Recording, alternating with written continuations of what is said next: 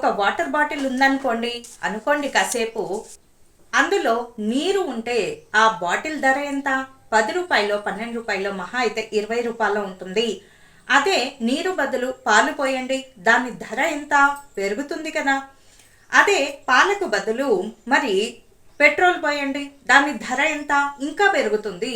అదే పెట్రోల్కి బదులు ఒక పాదరసాన్ని నింపండి ఆ బాటిల్లో, దాని ధర ఎంత ఉంటుంది? ఇంకా పెరుగుతుందిగా.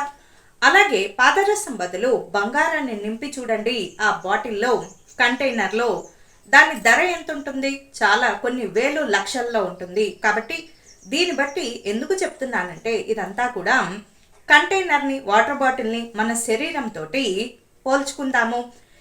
కంటెంట్ అంటే ఏంటి? లోపల నీరు, పాలు, పాదరసము, పెట్రోలు, అలాగే బంగారము, ఇవన్నీ కూడా కంటెంట్ అనమాట. అంటే ఎంత పెద్ద ఆకారం ఉన్నా, ఎంత అందం ఉన్నా, ఏమున్నా సరే మనకు ఆదర్శమైనటువంటి విలువలతో కూడినటువంటి కంటెంట్ ఇక్కడ ఉండాలి, ఈ మైండ్లో ఉండాలి. మన మెదడు పనితీరు చక్కగా ఆదర్శంగా పనిచేస్తుంటే అప్పుడు వస్తుంది మనకు బంగారం లాంటి, వజ్రం లాంటి విలువ. బంగారం లాంటి మనిషి, వజ్రం లాంటి మనిషి అంటారు. ఎందుకంటారు? మట్టిలో మాణిక్యం అంటారు కొంతమంది మనుషుల్ని. వారి దగ్గర డబ్బే ఉండనవసరం లేదు, ఆ వ్యక్తిత్వం చాలు, ఆ ఒక్క మాట చాలు, పెద్ద సైన్యమే ఏర్పడుతుంది. కంటెంట్ సరిగ్గా ఉండాలి, నేనే బాగుపడాలి, పక్క వాళ్ళు అణిగిపోవాలి, ఇటువంటి ఆలోచన ఉంటే తప్పకుండా దెబ్బతింటారు. ఎదిగితే ఎదుగుండొచ్చు కానీ పైనుంచి ఒక్కసారిగా పడడము ఖాయము. కారణం ఏంటి? ఇక్కడ ఈ మనస్సు అనేది నిర్మలంగా, నిశ్చలంగా ఉండాలి. అప్పుడే భగవంతుడు అనుగ్రహము, సాక్షాత్కారం కలుగుతుంది. అంతేగాని బయటకు ఒకటి, లోపలకు ఒకటి ఇలా ఉండకూడదు. బాల్యావస్థలో ఉండాలి. ఎప్పుడు కూడా చిన్నపిల్లలు చూడండి ఏ విధంగా ప్రవర్తిస్తారో ఆ విధంగానే ఎంత వయసు వచ్చినా కూడా బాల్యావస్థలో ఉండాలి. ఈ మనస్సు అనేది మనస్సేకం వచస్సేకం కర్మణ్యేకము.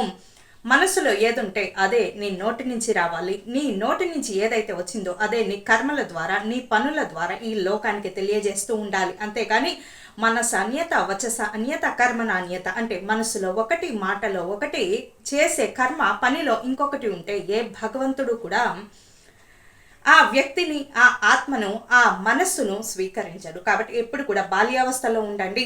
ఎప్పుడు కూడా వ్యక్తిత్వంలో గొప్పగా ఉండాలి. డబ్బులో గొప్ప ఉన్నా లేకపోయినా వ్యక్తిత్వంలో మాత్రము చాలా నిక్కచ్చైన మనిషి, బంగారం లాంటి మనిషి అనేటటువంటి పేరు తెచ్చుకునేటటువంటి ప్రయత్నం చేయాలి. అలా చేయాలంటే ఈ కంటైనర్లో, ఈ శరీరం అనే కంటైనర్లో కంటెంట్ సరిగ్గా ఉండాలి. అంటే మెదడు పనితీరు అంటే ఆరోగ్యపరంగాను, అలాగే ఆలోచనల పరంగాను మరి సరిగ్గా ఉండాలి. అందరినీ చక్కగా ముందుకు తీసుకెళ్లేటటువంటి సానుకూలమైన దృక్పథం ఉంటే విలువ ఎందుకని పెరగదు? వాటంతట అదే పెరుగుతుంది. కాబట్టి ఈ తేడాని, ఈ కంటైనర్ అంటే బాడీ, శరీరము, కంటెంట్ అంటే మెదడులో ఉండేటటువంటి మంచి ఆలోచనలు, ఏదైతే మనం బంగారం, వజ్రం అనుకుంటున్నాం కదా అలా.